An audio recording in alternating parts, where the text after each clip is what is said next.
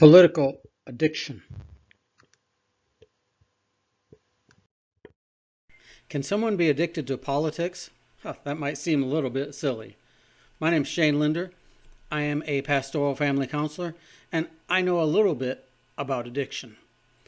I was a teenage drug addict that lived on the streets for a while, and I found recovery when I was 16 years old. I've been working with drug addicts and alcoholics and people with obsessive behavior ever since then, which has been quite a few years.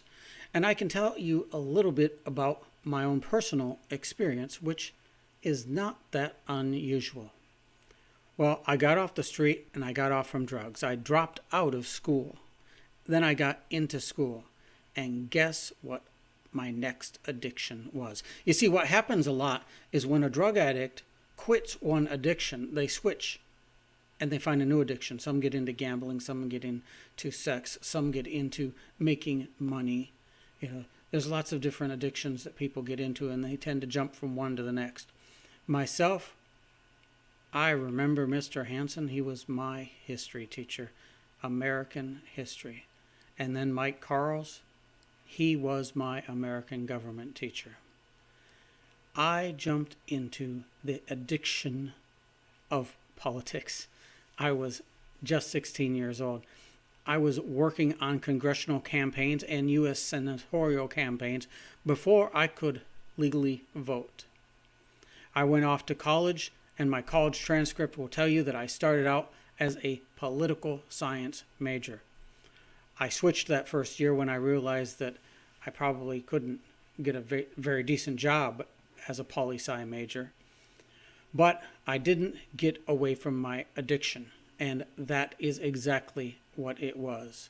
I read many books. I joined political book clubs. I was a delegate to the political party that I was associated with. Party bigwigs knew who I was because I was so active. I got Christmas cards sent to me when I was just 18 years old from U.S. congressmen. I was very much into the process. I started lobbying the state legislature when I was in college, and I successfully got a bill proposed and passed. Later on, after I moved to Texas, I became involved in journalism and wrote a political column under a pen name for a few years. I was obsessed with politics, and I thought I had the answers. Maybe not all of them, but the answers that I did have, I was quite sure that I was correct about. Can you relate to that? Do you know anybody that has political addiction?